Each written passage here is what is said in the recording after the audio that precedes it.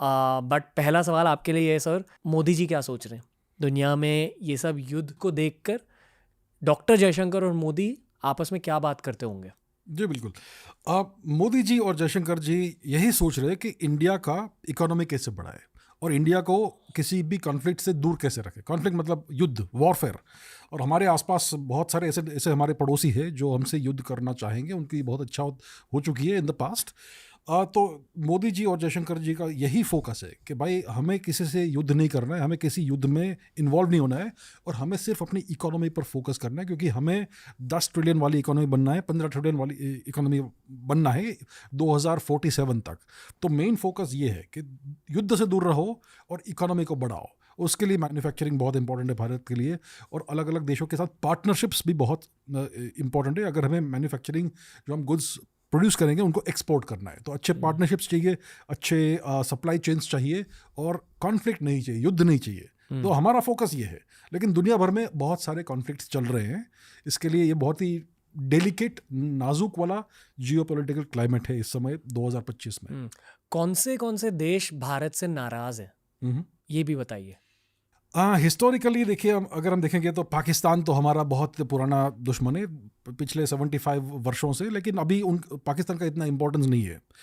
जो हमसे नाराज़ हिस्टोरिकली दूसरे रहे हैं वो चाइना भी रहे हैं। चीन के साथ हमारा एक युद्ध हो चुका है और हमारा इतना बहुत लंबा बॉर्डर है चाइना के साथ, तिब्बत के साथ, जो डिमार्केट कभी हुआ नहीं है। तो वो एक टेंशन का बहुत बड़ा सोर्स हिस्टोरिकली रहा है। अभी 2020 में गालवान क्लैश हुआ था जिसमें हमारे 20 लोग मरे थे और उनके पता नहीं 40-50 से ज़्यादा मरे होंगे चाइना के। तो चाइना हिस्टोरिकली हमसे नाराज़ रहा है। लेकिन अगर हम देखेंगे तो इंडिया और चाइना के बीच में कुछ तो कोशिश हो रही है कि हम ये जो तनाव वाला सिचुएशन है उसको कम करें और कोऑपरेट ज़्यादा करें। ये एक आध साल में हम देख रही है।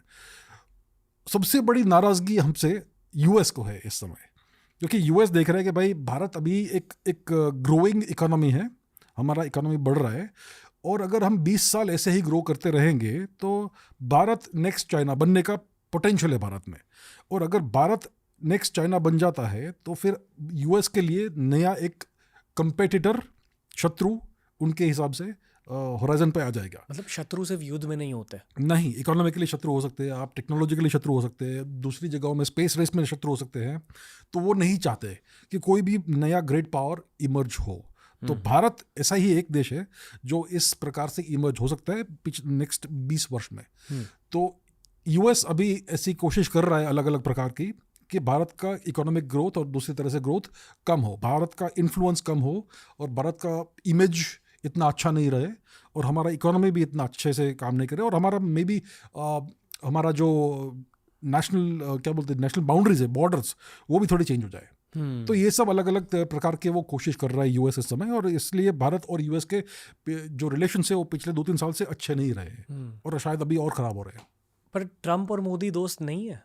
देखिए, हाँ, वेरी गुड क्वेश्चन, बहुत अच्छा सवाल पूछा आपने। दो राष्ट्र के बीच में जो रिलेशनशिप है वो डिपेंड करता है कि भाई आपके नेशनल इंटरेस्ट क्या है। अगर दोनों लीडर्स जो है उनका बहुत अच्छा इक्वेशन है और उनका बहुत अच्छा रिलेशनशिप है, फिर भी उनको अपने देश का जो नेशनल इंटरेस्ट है उसको सर्वोपरि रखना है और उसी प्रकार से उनको काम करना है।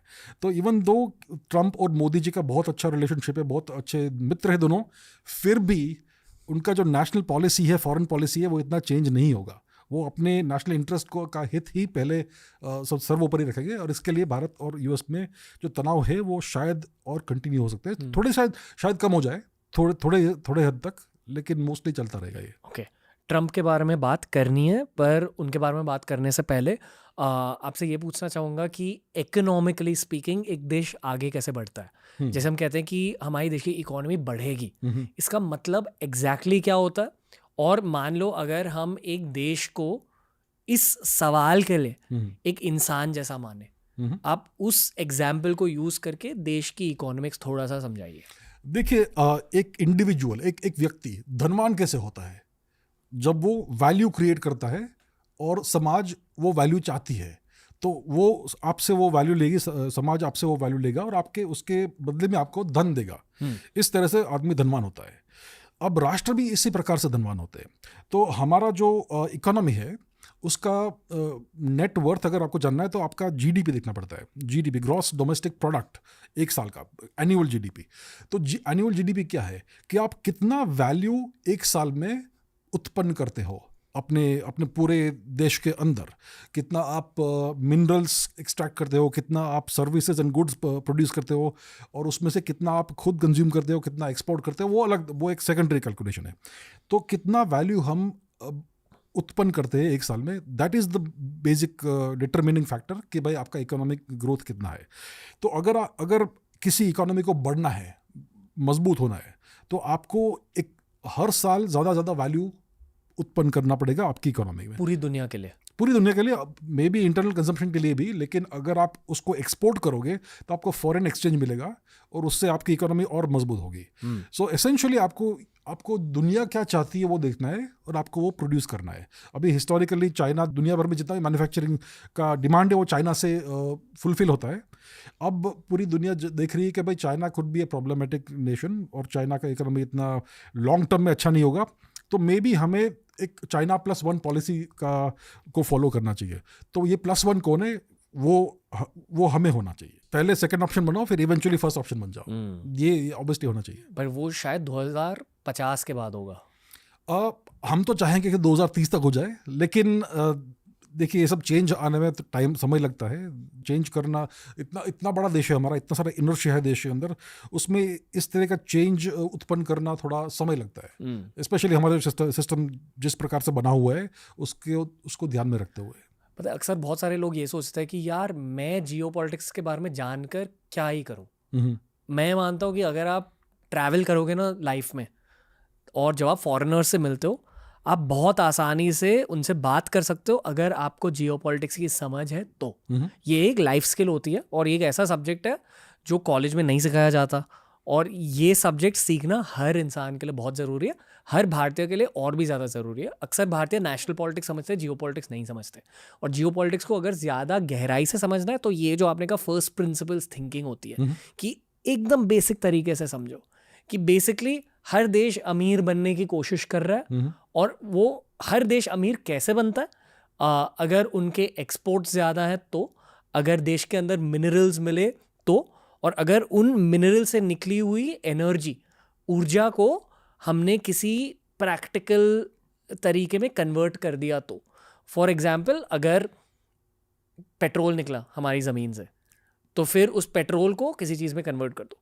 जैसे यूएई में कहते हैं कि एक ज़माने में ऑयल मिलता था, बहुत पैसे मिल गए यूएई की इकोनॉमी को, और उन्हीं पैसों को उन्होंने इन्वेस्ट कर दिया, इंफ्रास्ट्रक्चर बनाया, बुर्ज खलीफा बनाया, टूरिज्म इंडस्ट्री को बहुत बूस्ट मिले। अब वो टूरिज्म की वजह से बाकी लोग अट्रैक्ट होते हैं और वो देश और भी ज़्यादा अमीर होते जा रहे हैं। तो आप कुछ ऐड करना चाहोगे?